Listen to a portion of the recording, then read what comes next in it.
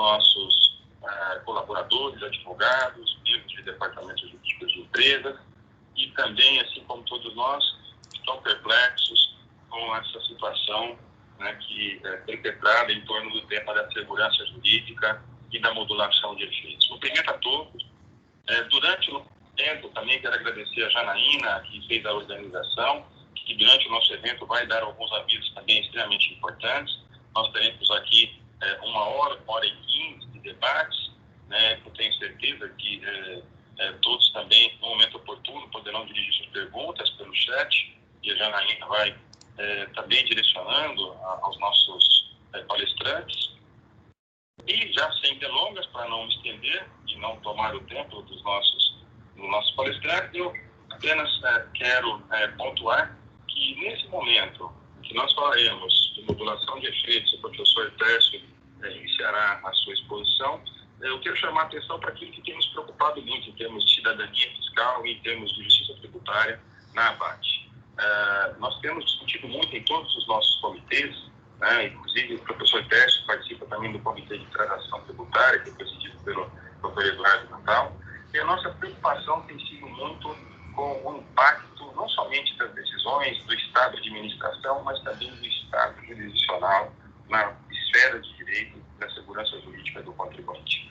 Nós temos temas extremamente importantes, como esse da exclusão do ICMS na base de cálculo, temas como o texto constitucional de férias e outros que estão pautados no Supremo Tribunal Federal, e outros que foram recentemente julgados também em sede de repercussão geral, que também requerem do Estado, não só do Estado Judicial, do Estado Executivo, mas também do Estado Judicial, uma resposta rápida, uma resposta objetiva e uma resposta com definitividade.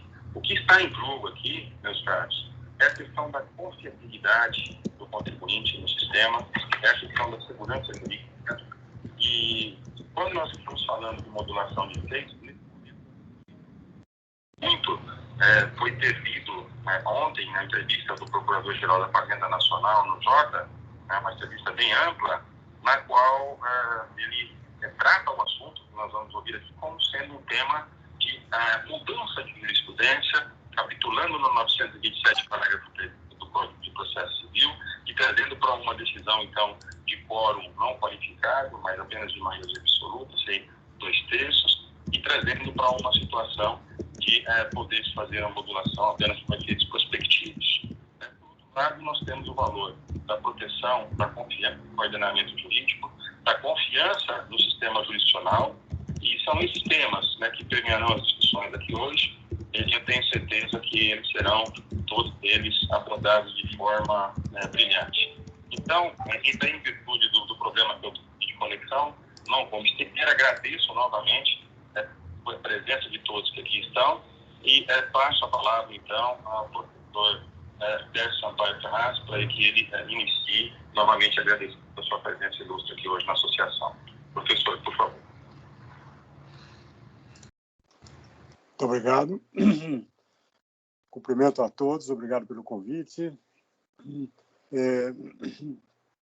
Gostaria de ir diretamente ao nosso tema.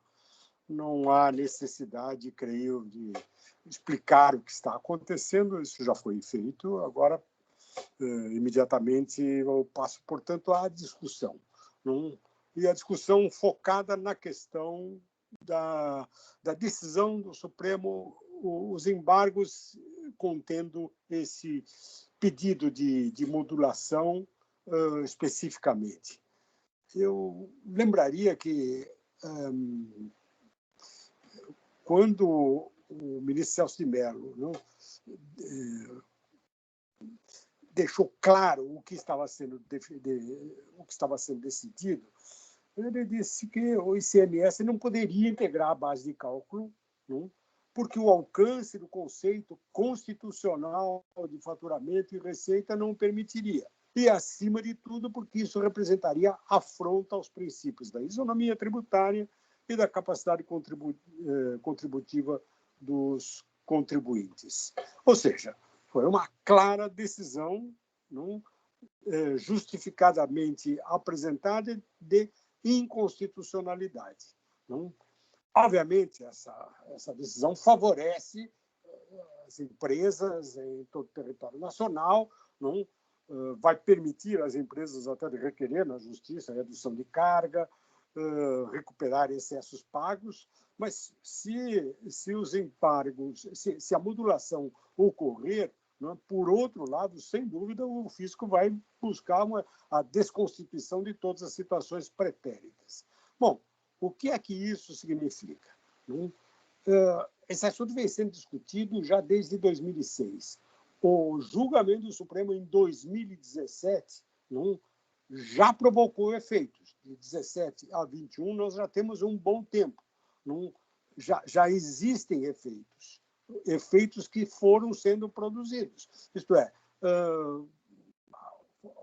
foi julgado um lead case, como um lead case, esse caso, e os tribunais regionais federais do país aplicaram, então, o precedente. Bom, nessa linha, o que o Supremo decidiu foi que todo esse ICMS não se inclui na definição de faturamento. Esse tempo passado e tudo que vem acontecendo milita a favor de uma rejeição da modulação que se pretende. Por quê? Bom, eu gostaria de fazer apenas uma consideração a respeito justamente da modulação de efeitos.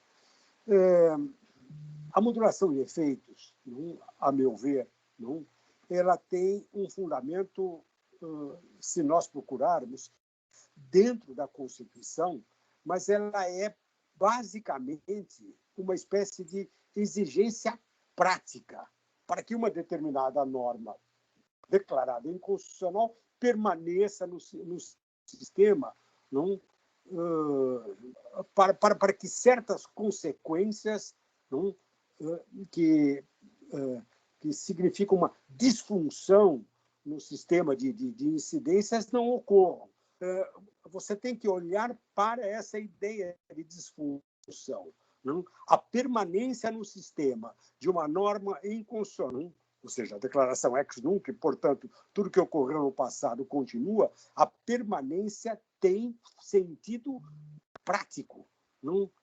Isso tem que ser posto bem claramente, porque isso deixa claro que modulação é medida excepcional, muito excepcional. Se nós transformarmos modulação em medida que pode ser a todo momento aplicada, tendo em vista situações que possam ocorrer ou que estejam ocorrendo, ou seja, se nós imaginarmos que modulação tenha a ver com competência fundada em razões de conveniência, nós vamos introduzir dentro da própria Constituição e do modo como se dá o controle da constitucionalidade como um todo, um problema seríssimo.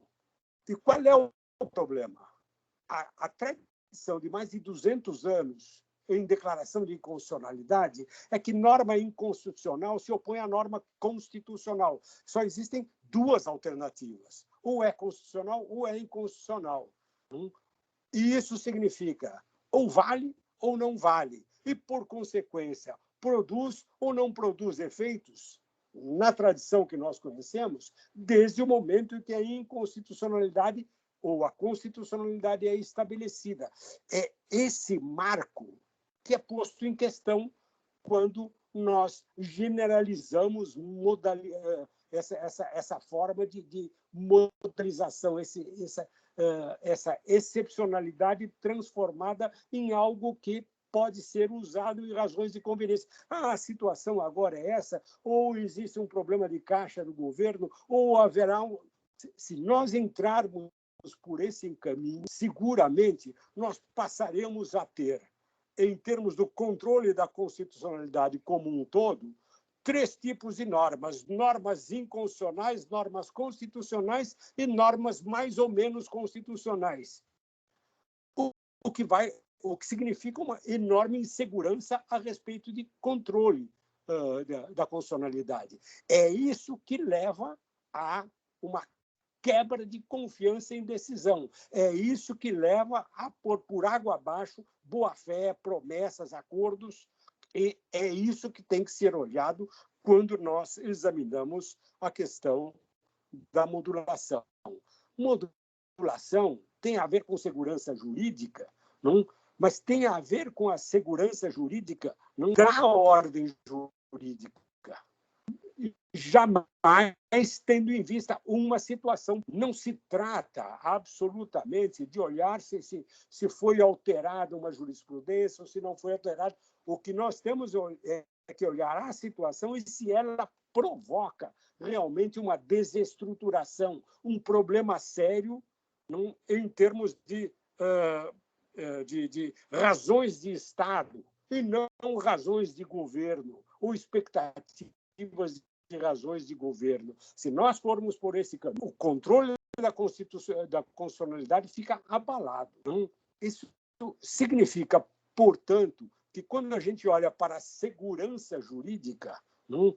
A segurança jurídica se refere a essa situação excepcional que tem que ser consertada e, às vezes, tem que ser mantida. Não? O caso, por exemplo, paradigmático, de constituição de um município, eleição de vereadores, eleição de prefeito. O município começa a funcionar, não? E depois de 2, 3, 4 anos que ele está funcionando, não? De repente você diz que esse município não existe. De fato, aqui eu tenho um problema de segurança, mas é uma segurança que se volta para uma percepção do Estado como tal. É disso que se trata quando nós falamos de modulação.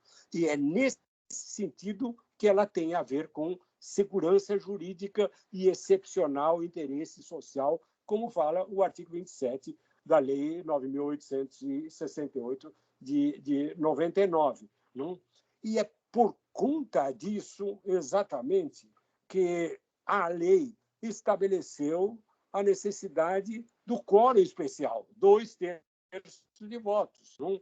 Para declaração de inconstitucionalidade com esses efeitos limitados. Por quê? Porque nós estamos discutindo razões de Estado, um problema de segurança do Estado. Não estamos discutindo questões de oportunidades, situações excepcionais que podem me levar a um lado ou ao outro. Isso são razões de governo, não é disso que se trata. Eu me lembro que, quando fui procurador-geral da Fazenda Nacional, um dos cuidados fundamentais, toda vez que se tomava uma medida, era examinar a Constituição. Faz parte do planejamento do planejamento de um ministério, como o Ministério da Economia, fazer esse tipo de observação. Você vai tomar uma medida, como é que ela fica dentro da Constituição? Se você não faz isso, se você se arrisca sobremaneira, isso é tipicamente mentalidade de quem não está absolutamente preocupado com a situação. Isso existia no regime de 64, no regime militar. Era assim feito, porque medida provisória não era nem o decreto-lei se fazia à vontade, não? E se você derrubava um decreto-lei, vinha um outro, não? Ou seja, quando você tratava todo o controle da legislação como se fosse uma questão de oportunidade e de conveniência. Isso foi o regime de 64. A Constituição de 88 acaba com isso. Não pode ser de novo restaurado algo que simplesmente não acaba entendendo razões de segurança jurídica excepcional interesse social como um problema de oportunidade e de conveniência. Em função disso, acho que vale a pena nós olharmos o que diz o ministro Gilmar Mendes, que foi um dos que, estimulado por aquilo que acontecia dentro da Constituição, ou dentro do constitucionalismo alemão, trouxe para o Brasil, insistiu no Brasil que isso fosse, então, examinado. Não? A pergunta que ele sempre se fez é: modulação tem que ser olhada para as situações ou tem que ser olhada para o todo constitucional? E a ideia dele foi que tem que ser olhada para o todo do controle constitucional. E aí é que se tem que ver se frustração de expectativas daqueles do cidadão que acreditou numa determinada decisão, se isso não tem que ser avaliado claramente. No caso, por exemplo, a ressalva de casos pendentes até um determinado momento é, sem dúvida, um dos elementos fundamentais para que se olhe a oportunidade ou não de se aplicar modulação de efeitos. Nessa linha, me parece que, tendo em vista a particularidade, os próprios fundamentos legitimadores da restrição de efeitos, no caso que nós estamos examinando, que é um recurso especial, mas que é um recurso especial que tem claramente o sentido de processo de caráter objetivo, isto é, tem eficácia expansiva para além das partes que estão aí discutindo, e que atinge todos os outros casos em andamento. Nesse caso, a repercussão geral, tendo esse efeito objetivo, a modulação, se for eventualmente aplicada, ela vai ter claramente que se submeter à maioria qualificada do Supremo e não à maioria simples. Nesse quadro, eu acho que a reflexão deve ser colocada, e entendido que o recurso extraordinário que nós estamos discutindo, ele é o pensamento e a consolidação do plenário, aliás, há muito tempo. Isso veio sendo sedimentado já há muito tempo e se tornou claro em 2017 e assim deve ser mantido. Esse é o modo como eu entendo a questão. Obrigado.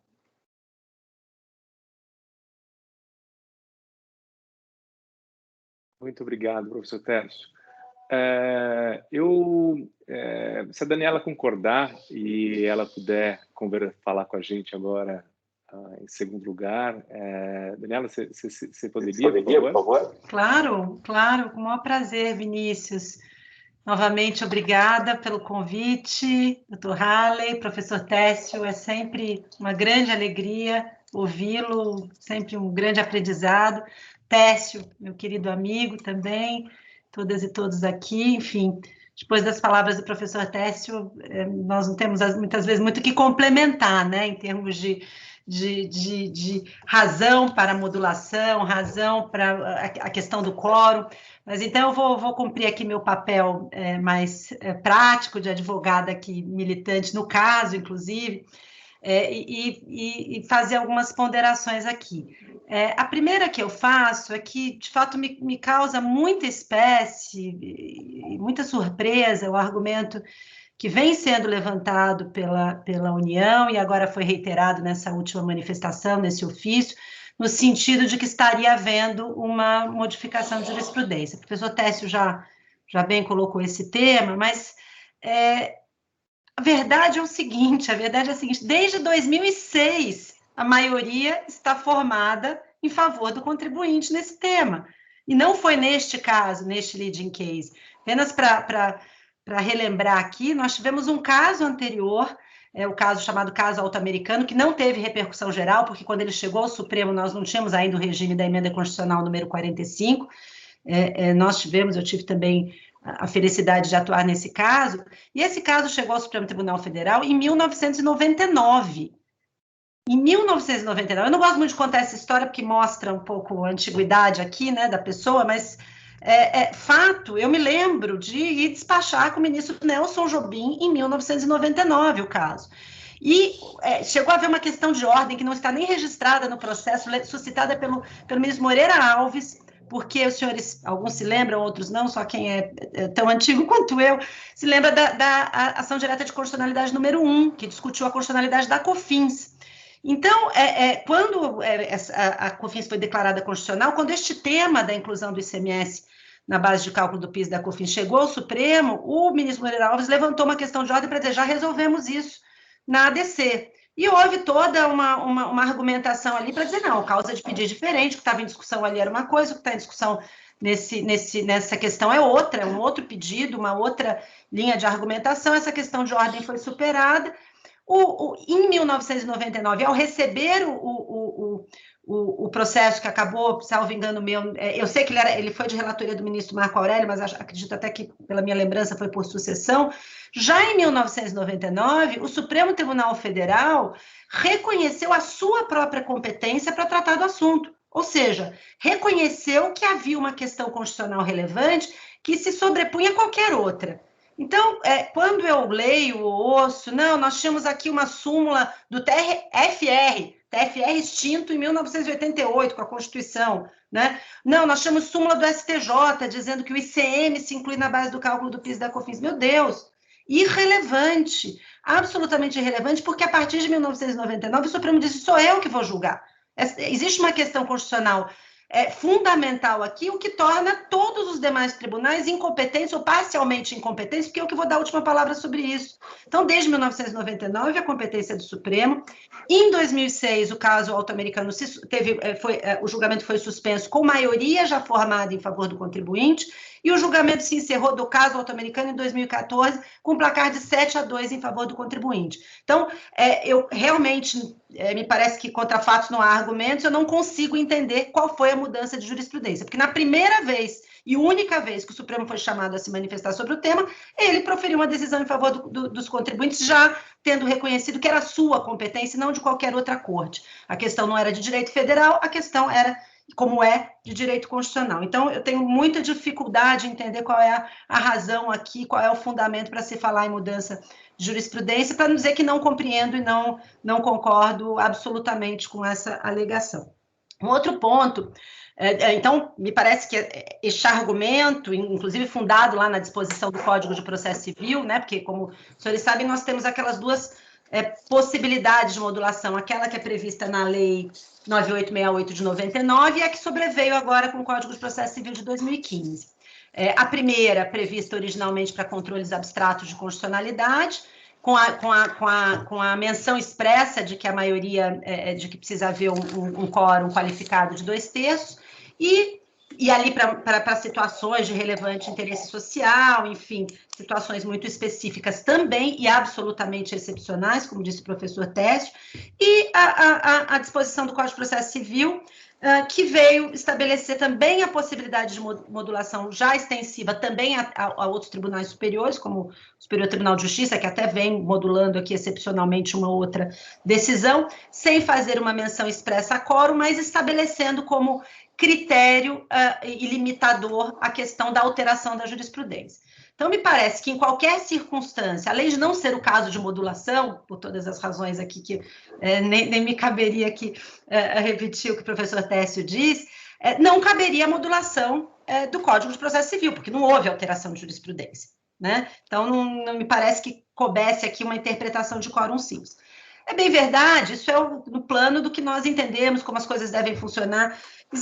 Nós tivemos aqui em fins de 2019 um julgamento que me parece muito importante e que devemos aqui dar alguma atenção a ele pela possível repercussão que ele tenha, ou que até não deveria ter, mas pode vir a ter, que foi a questão de ordem no recurso extraordinário 638-115.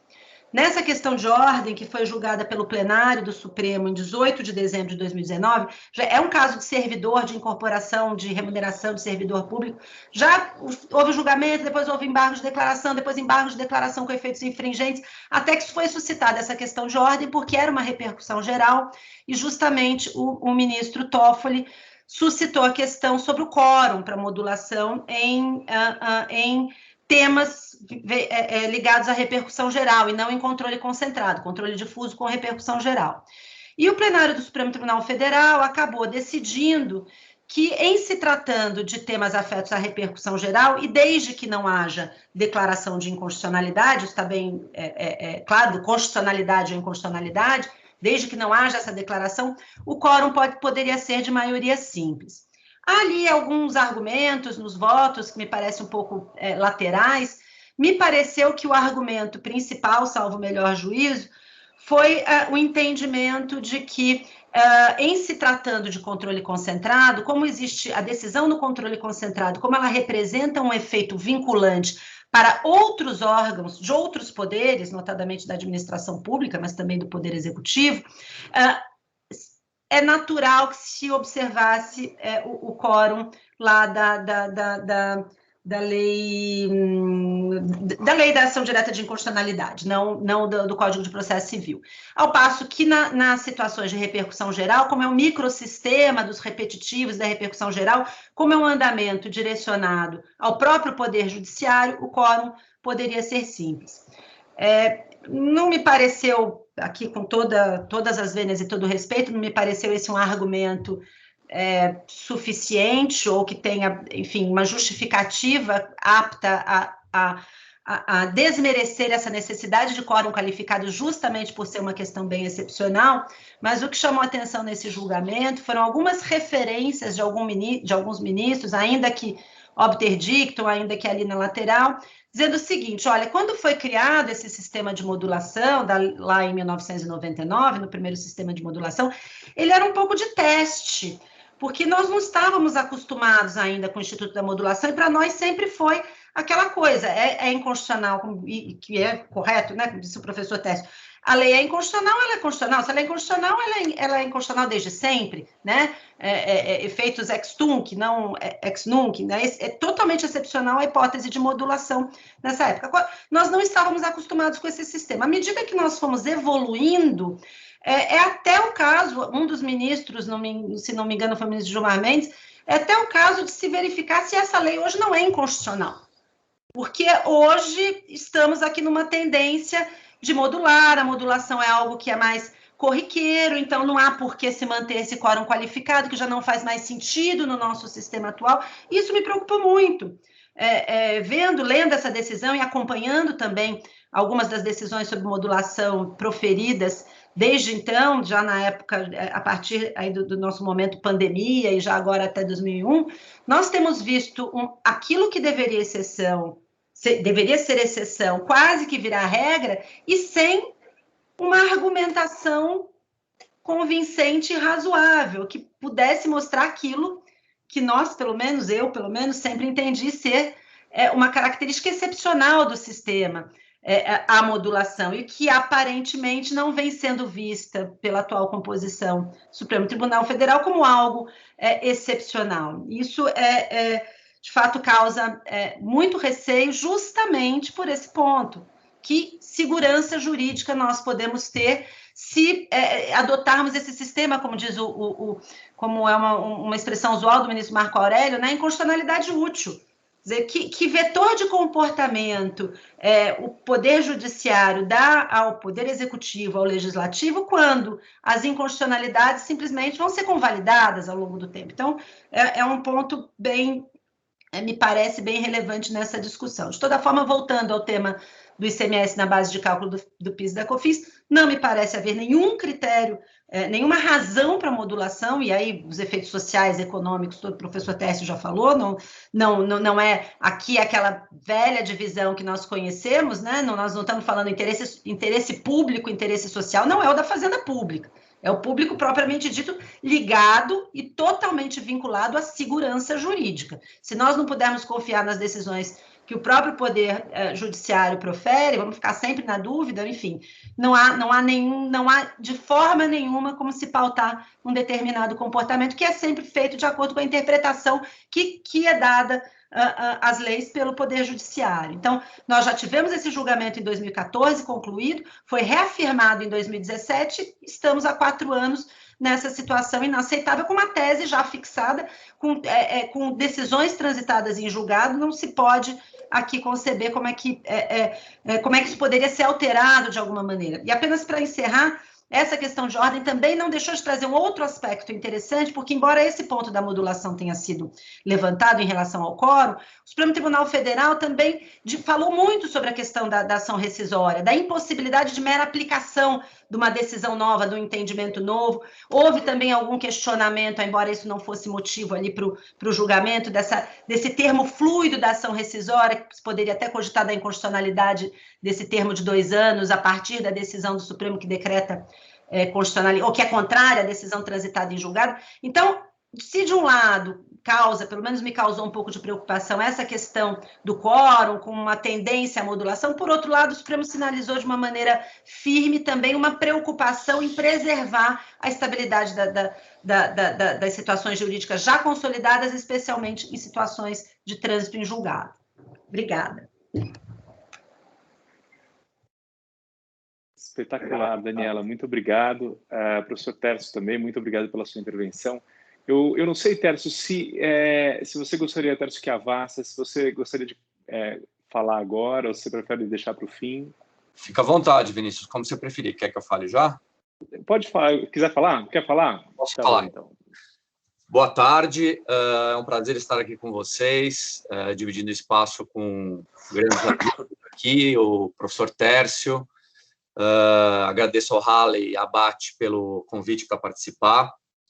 E claro que fica muito difícil aqui a missão depois de ouvir o professor Tércio já praticamente esgotou todos os aspectos aí ligados à segurança jurídica, interesse social. A Dani também falou muito bem sobre o tema, acho que a gente já ouviu os aspectos principais sobre a questão. Então, o que eu vou procurar trazer aqui são algumas questões decorrentes do que foi falado e procurar dividir com vocês algumas preocupações que eu tenho. Acho que uma questão que não há dúvida é que, a partir do momento que o Supremo elegeu a matéria como constitucional, portanto, a partir de 2006, não há dúvida, a partir daquele momento, já são aí 15 anos, que o Supremo decidiu julgar esse tema e iniciou um primeiro julgamento lá em 99, como a Daniela mencionou, que logo depois, em 2006, já tínhamos a maioria formada pelo Supremo favorável à inconstitucionalidade, portanto, nós já tínhamos um posicionamento da Corte Suprema desde 2006, são 15 anos dessa posição. Eu fico bastante preocupado com o argumento que foi levantado numa petição recentemente apresentada na semana passada pela Procuradoria, alegando que houve uma mudança de composição no Supremo, e isso poderia permitir agora uma mudança de entendimento. Eu entendo que esse é um argumento bastante preocupante. Acho que o posicionamento de 2006 representa o posicionamento do Supremo, não o posicionamento daquela composição do Supremo. É o posicionamento do Supremo que se repetiu em 2017, e agora ele julgará um aspecto levantado em embargos pela Procuradoria, mas em 2017 o Supremo decidiu a questão, decidiu de novo pela inconstitucionalidade, e vamos aqui também lembrar de um aspecto. O artigo 27 da Lei 9868, ele permite ao Supremo que ele decida se ele vai, por algum motivo de segurança jurídica ou interesse social, se ele, Supremo, vai, no momento da decisão, restringir os efeitos daquela declaração de inconstitucionalidade ou decidir sobre a eficácia da norma. Ele podia ter feito isso em 2017. O Supremo não fez isso. O plenário do Supremo, naquele momento, não entendeu que deveria ter feito isso. Por qual motivo?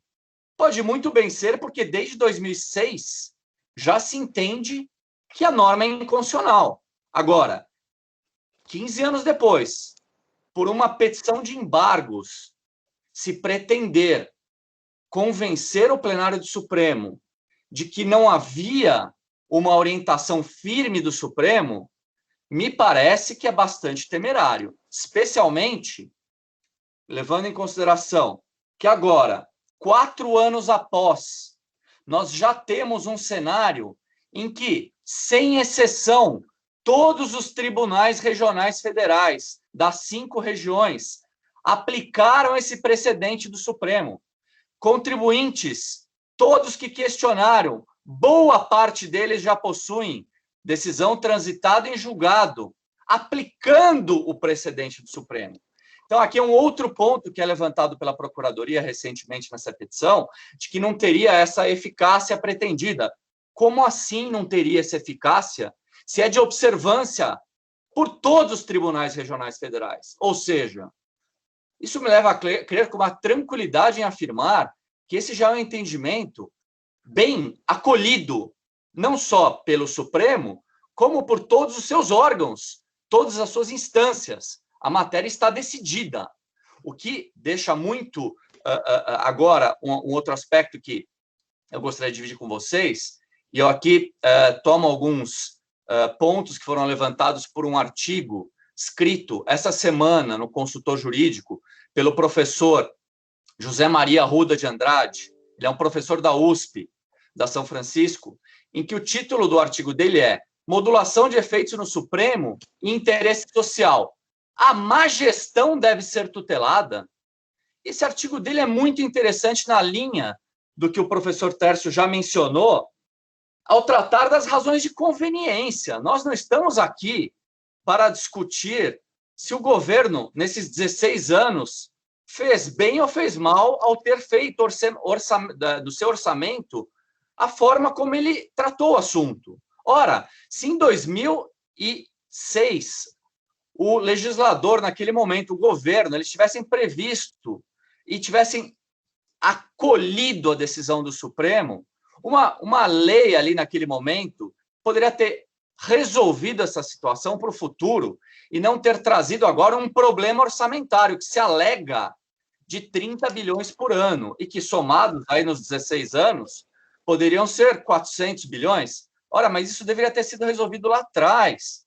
Esse é um problema agora, como se disse, razões agora de governo não vão ser resolvidas, já que o Instituto da Modulação ele deve ser utilizado para resolver problemas inerentes ao sistema constitucional, não problemas decorrentes de razões de governo e razões de conveniência que dizem respeito à arrecadação. Então, acho que o importante aqui é deixar claro que o interesse que deve ser preservado é o interesse da sociedade. E aqui, ao ler esse artigo que eu mencionei, fiquei muito pensando no seguinte aspecto. Vamos supor, e aqui pensando na paridade, pensando nos contribuintes, vamos supor que em 2006 eu tivesse uma decisão do Supremo contra o contribuinte. Em 2017, eu tivesse outra ratificando isso. Eu ia conseguir fazer com que os meus auditores, os auditores dos contribuintes, permitissem que ele não fizesse nenhuma movimentação no seu balanço, não tivesse nenhuma nota, não tivesse uma reversão de, eventualmente, ou tivesse que fazer provisões para essa discussão tributária. Anualmente, nós temos que fazer, junto com os nossos clientes, essas revisões. Todo ano. É uma pressão muito grande dos auditores. A gente está falando de 16 anos sem qualquer movimentação na parte do orçamento do governo. Isso não é aceitável. E não é o Supremo que vai resolver isso. A má gestão não vai ser resolvida com a modulação. Senão, o que vai acontecer? Podemos, então, esquecer a existência da ação de repetição de indébito. Para que nós vamos ter ação de repetição de indébito? Se o que a Procuradoria pretende for reconhecida, nunca mais vai ter repetição de débito. A norma é declarada inconstitucional e lá para trás, tudo que o contribuinte pagou indevidamente por um erro do próprio governo, por um erro do que está na legislação e a lei foi reconhecida inconstitucional assim pelo Supremo, o contribuinte não pode mais repetir o que ele pagou indevidamente. E aí se perpetua uma inconstitucionalidade, não tem solução. Então, acho que eu gostaria de trazer esses pontos mais práticos que me deixam muito claro que quando a gente pensa em boa-fé, em confiança, e a gente pensa nessa hipótese de modulação, que claramente ela deveria ser uma exceção. A norma fala que o Supremo poderá, a norma não fala que o Supremo deverá promover a restrição dos efeitos ou deverá decidir sobre a eficácia em todos os casos. Em 2017, o plenário entendeu que não precisava. Será que agora uma pressão da Procuradoria por razões de governo e perda de arrecadação fará com que o Supremo mude e utilize a modulação como uma forma de resolver a má gestão? Sinceramente, eu não acredito. E eu realmente acredito que esses embargos devem ser rejeitados no seu todo, tanto na questão de mérito, que não faz sentido algum trazer essa discussão agora, quanto nas demais questões, inclusive na questão do destacado pago, que está claro no acórdão do Supremo, e vários votos e passagens, como o próprio professor Tércio já mencionou, ministro Celso de Mello, ministra Carmen Lúcia, que claramente é todo o ICMS. É até uma questão lógica. Qual que é o ICMS que é inconstitucional? Ora, aquele que eu incluí. É tão óbvio que não há necessidade de maiores tergiversações. Ele é óbvio, não há dúvida sobre ele. Portanto, a meu ver, não há motivo algum para que os embargos sejam acolhidos em qualquer ponto levantado pela Procuradoria nos embargos. Eu fico à disposição para novos debates. Muito obrigado, Vinícius. Excelente, Tércio. Muito obrigado pela sua colaboração. E obviamente, depois de tanta gente brilhante falando, eu acho que eu tenho muito pouco a dizer. Eu procurei anotar os pontos aqui, e eu acho que um ponto interessante que o Tércio colocou, o Tércio Chiavassa colocou, é a questão de que isso já estava previsto no orçamento, né? Ou seja, desde 2007, o governo já vinha incluindo essa contingência no orçamento da União. Se como perda provável, se como perda possível, isso já estava no orçamento da União. Então, hoje dizer que isso, a decisão do Supremo vai trazer uma surpresa para a União, contradiz o próprio comportamento do governo de colocar isso na lei de diretrizes, no orçamento das diversas leis de diretrizes orçamentárias durante todos esses anos. E eu acho que também um ponto que merece destaque é que a Fazenda alega que, em 2016, o STJ julgou um recurso especial no regime dos repetitivos, que foi o tema 313, dizendo que o ICMS se incluía na base de cálculo do PIS e da COFINS. E a União alega que a decisão de 2017, ano seguinte do STF, seria uma surpresa em razão dessa decisão do STJ de 2016. Acho que, como todos ressaltaram aqui, o posicionamento do Supremo é muito mais antigo, é de 2006, no sentido de que é inconstitucional a inclusão do ICMS na base de cálculo do PIS e da COFINS. E é interessante notar que mesmo, e isso quem ressaltou nos autos foram os advogados da parte, nos autos do recurso extraordinário 574-706, mesmo depois que o STJ julgou esse tema, a União continuou colocando essa contingência na lei de diretrizes orçamentárias sem mencionar a decisão do STJ, só mencionando o posicionamento do STF. Ou seja, a União já sabia, sempre soube do posicionamento do STF, o posicionamento do STF não é novidade, e, obviamente, a decisão que saiu em 2007 não causa nenhum problema de segurança jurídica. Como o Tércio Chiavassa colocou, diversos contribuintes já tinham decisões favoráveis, todos os tribunais regionais federais vinham se posicionando já favoravelmente aos contribuintes, então não tem nenhuma razão para modular esse tema. Especialmente aqui no TRF da terceira região, vale lembrar que o posicionamento fixo do TRF da terceira região, de todas as turmas que julgam o tema, era no sentido de que é possível excluir o ICMS destacado da base de cálculo do PIS e da COFINS. Nos nossos casos específicos, a gente embargou em todos os casos, os nossos clientes têm decisões, algumas inclusive transitadas em julgado, no sentido de que é possível excluir, é necessário excluir o ICMS destacado da base de cálculo do PIS e da COFINS. Então, violar essas decisões, mudar esse entendimento aí de 14 anos, não está dentro das hipóteses de modulação previstas na legislação. obviamente, o tema da segurança jurídica, não tem segurança jurídica para o Estado, segurança jurídica é para o contribuinte, mas mesmo se houvesse segurança jurídica para o Estado, aqui não há que se falar em segurança jurídica, porque o tema já estava decidido desde 2006. E é possível falar em excepcional interesse social? Claro que não também, porque o Brasil tem pago um preço muito alto por não dar previsibilidade às empresas. E esse, hoje, é o grande excepcional interesse social, dar previsibilidade às empresas e trazer investimentos para o Brasil. Alterar os efeitos do entendimento do Supremo, vigente desde 2006, viola a segurança jurídica dos contribuintes e o direito de propriedade, de maneira que não atende ao excepcional interesse social. Alterar esses efeitos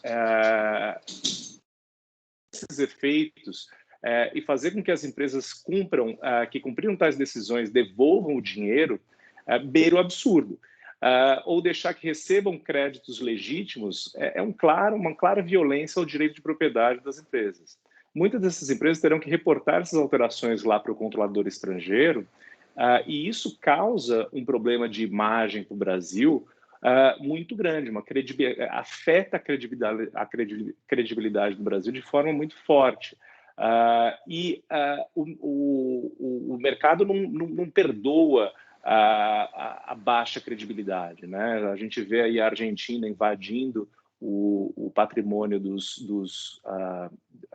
investidores, tem pago um preço caríssimo por isso. Então, aqui é necessário, eu reitero os pontos aí já colocados por todos, no sentido de que a modulação simplesmente não existe dentro do sistema jurídico, não é possível essa modulação que a União Federal pede.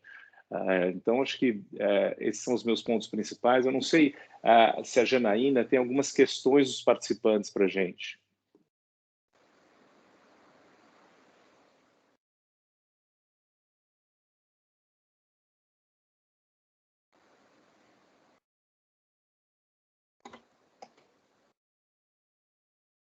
Eu acho que a gente está sem questões. Eu não sei se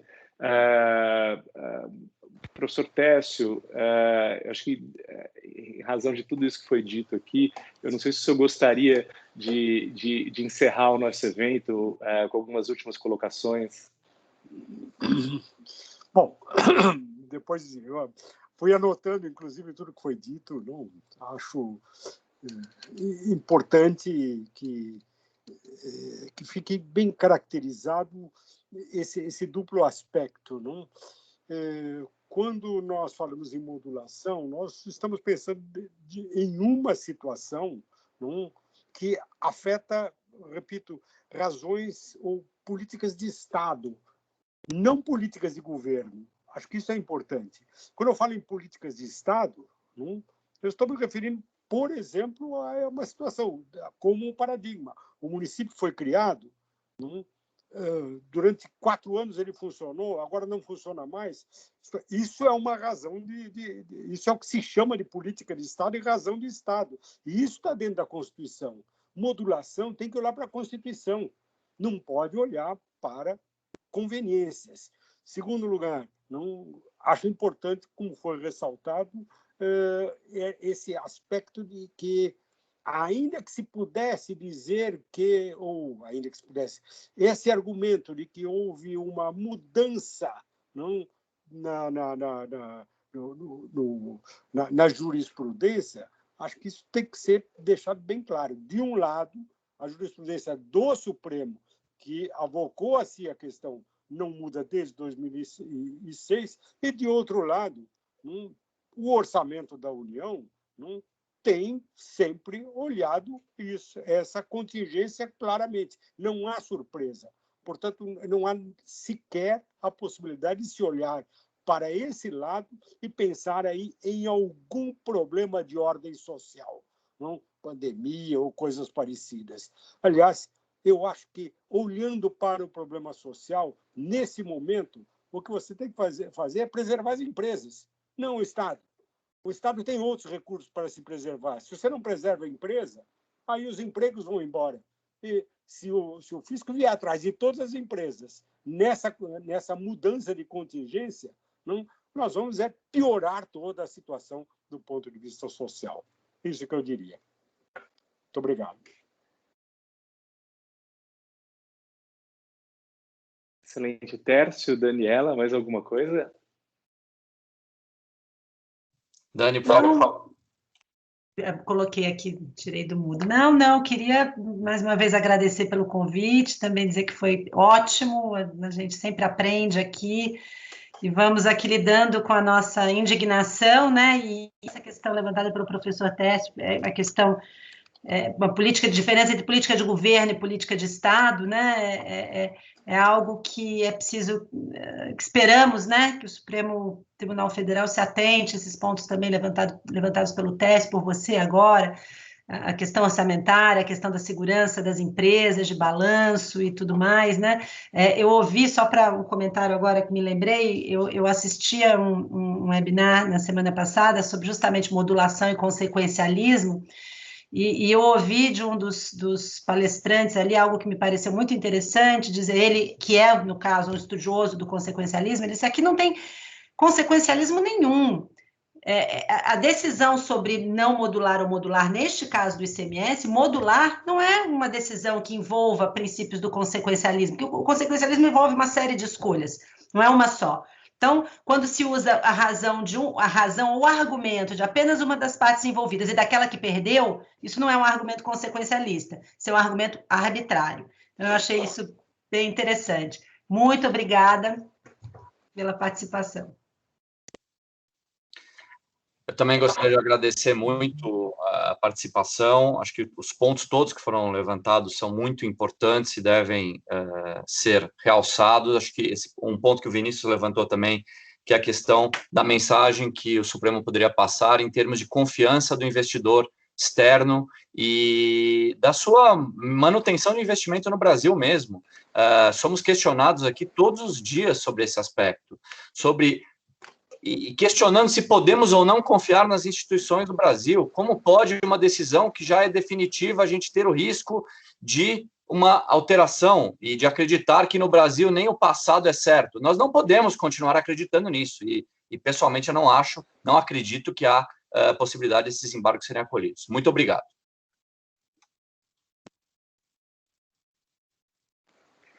Então, eu queria agradecer também à ABAT por organizar esse evento, um evento muito importante, essencial, nas vésperas do julgamento Supremo. Eu acredito que o Supremo deve negar esse pedido de modulação feito pela União. É claro, sempre gera muita preocupação em todos o pedido feito pela União, com tanta força.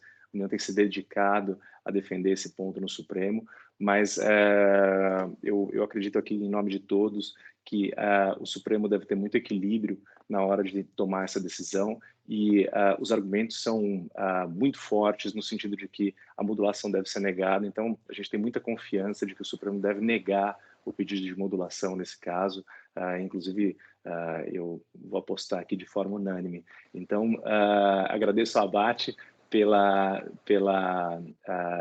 acolhida. Agradeço ao Halley, que infelizmente não pôde estar aqui com a gente durante todo o evento. Agradeço ao professor Tércio por vir dividir os seus conhecimentos sempre brilhante com a gente, ao Tércio Chiavassa e a Daniela, amigos tão queridos que dividiram a mesa hoje aqui. Muito obrigado a todos e fiquem bem. Doutor Vinícius, desculpa, tem uma pergunta que o doutor Tiago acabou de enviar no chat.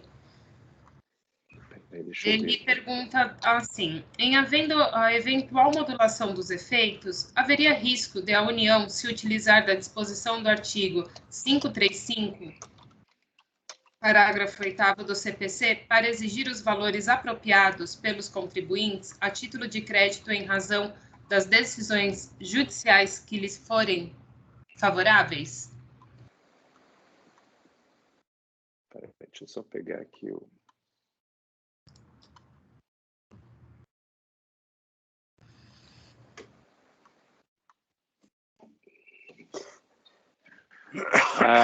É uma boa pergunta. A Daniela colocou esse tema, né, Daniela, agora no começo. Você quer falar, Daniela?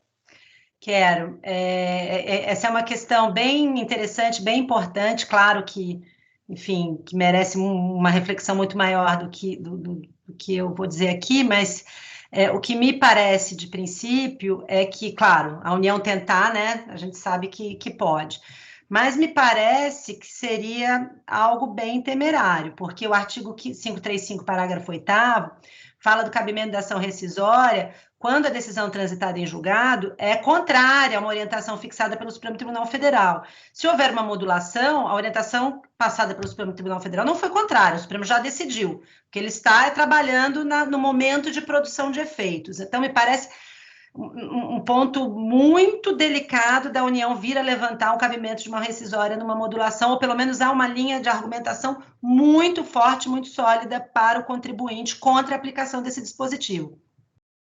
A meu ver. E também eu adicionaria a própria constitucionalidade desse dispositivo, né? Porque esse dispositivo, ele foi incluído agora, ele não existia no antigo Código de Processo Civil, ele foi incluído no Código de 2015, e ele, aparentemente, na minha opinião, afeta a segurança das relações jurídicas. Porque imagine que eu tenho um trânsito julgado hoje, daqui a 10 anos o Supremo julga o tema de forma contrária ao meu trânsito em julgado. Será que depois de 10 anos, aproveitando da coisa julgada, 10 anos confiando na coisa julgada, eu posso ter essa coisa julgada quebrada? Então, não me parece que esse dispositivo seja constitucional. Acaba com a coisa julgada, né? Basicamente. Conhecemos isso. Obrigada, doutores, pela resposta do questionamento do doutor Tiago. Excelente. Muito obrigado a todos e fiquem bem. Muito obrigado. Muito obrigado. Até logo. Boa noite a todos. Boa noite. Boa noite. Boa noite.